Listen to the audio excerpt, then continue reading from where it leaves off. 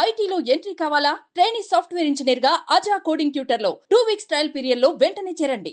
నమస్తే, నేను Keshav. Welcome to Suman TV. ఆంధ్రప్రదేశ్లో మరోసారి ఎన్నికల నగారం మోగింది. అయితే ఇది సామాన్య ప్రజానీకానికి సంబంధించింది కాదు, ఎమ్మెల్యేలు ఓటు వేసి ఎన్నుకునేటువంటి రాజ్యసభ సభ్యులకి సంబంధించినటువంటి ఎన్నిక. దీనిపైన ఇప్పటికే రాజ్యసభ నోటిఫికేషన్ కూడా రిలీజ్ చేసింది.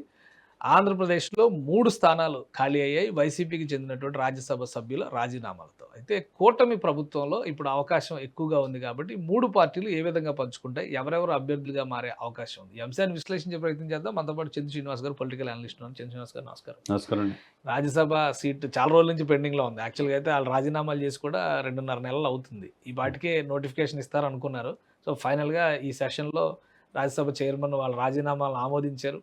3వ తారీఖు ఆ టికెట్ ఫిల్ చేసే, ఆ సీట్లు ఫిల్ చేసేటువంటి బాధ్యతకు సంబంధించి కూడా నోటిఫికేషన్ రిలీజ్ చేశారు. సో ఏ విధంగా ఉండొచ్చు ఇది?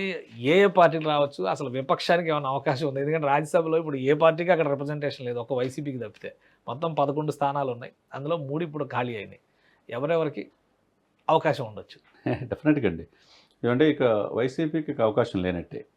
వాళ్ళకి 11కి పరిమితమైంది కాబట్టి ఏదైనా మినిమం రాజ్యసభ కావాలంటే 25 మంది ఎమ్మెల్యేలు సపోర్ట్ ఉండాలి. ఇప్పుడు ఆ పాయింట్ ఆఫ్ వ్యూలో చూసుకుంటే ఇప్పుడు ఎవరు కనపడుతున్నారు? 21 సీట్లు ఉన్న జనసేన కనపడుతుంది. తర్వాత మిగతా టీడీపీకి అవకాశం ఉంటుంది, అంతే కదా. బీజేపీకి 8 స్థానాలు వచ్చినాయి కాబట్టి, అంటే స్నేహపూర్వకమైన వాతావరణం ఉంటే సెంట్రల్లో వాళ్ళతో అవసరం ఉందనుకుంటే ఒకటి ఇవ్వచ్చు. అడుగుతున్నట్టుగా తెలుసు. 3 పంచుకుంటారా? 2:1 అవుతుంది. అది ఇక్కడ ఎక్కువగా ఇప్పుడున్న పరిణామాలు చూస్తే 3 పంచుకునే అవకాశం ఉంది. ఎందుకంటే రాయలసీమలో బీజేపీకి ప్రాతినిధ్యం లేదు కాబట్టి మాజీ ముఖ్యమంత్రి కిరణ్ కుమార్ రెడ్డి గారి పేరు వినపడుతుంది, గట్టిగా వినపడుతుంది. మాజీ ముఖ్యమంత్రి కాబట్టి రాయలసీమలో బీజేపీ పుంజుకోవాలంటే ఆ సామాజికకు చెందిన వ్యక్తి కాకుండా మాజీ ముఖ్యమంత్రి కాబట్టి ఒక ఎలివేషన్ ఉంటుంది రాయలసీమలో పార్టీ పుంజుకోవడానికి. అదొక పాయింట్ ఆఫ్ వ్యూ చూసుకోవచ్చు. ఇకపోతే సాక్రిఫైస్ చేసింది ఇక్కడ ఎవరు?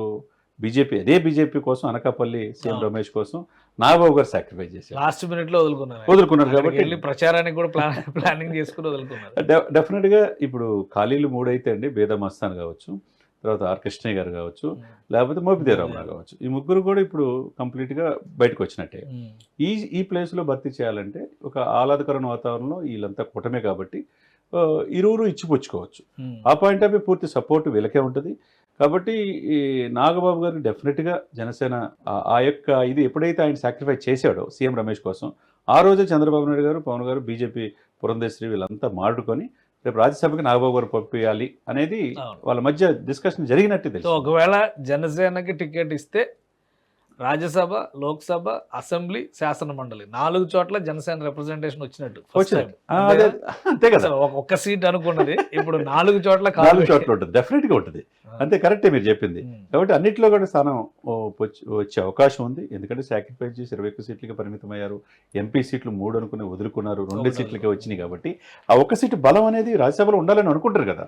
కాబట్టి డెఫినెట్గా సార్ కేశవ్ గారు, మనం మాట్లాడుకునే డిబేట్లో ఈ 3 స్థానాలకి నాగబాబు గారికి జనసేన పార్టీ నుంచి డెఫినెట్గా రాజ్యసభ వెళ్తాడు. ఈ 2లో క్లారిటీ ఏముందంటే రాయలసీమలో బీజేపీ పుంజుకోవాలి, ప్రాతినిధ్యం కావాలంటే కిరణ్ కుమార్ రెడ్డి గారు, లేకపోతే కోస్తాలో ప్రాధాన్యత ఇవ్వాలంటే మాజీ బీజేపీ అధ్యక్షుడిగా ఆంధ్ర మోదీగా భావించే సోము వీర్రాజు.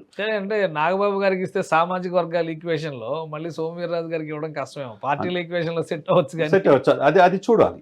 అప్పుడు వాళ్ళిద్దరే కనపడుతున్నారు. ఇకపోతే టీడీపీకి వచ్చేసరికి ఎవరు సాక్రిఫైస్ చేశారంటే ఇక్కడ పెద్ద లిస్ట్ అంతా ఉంటుంది.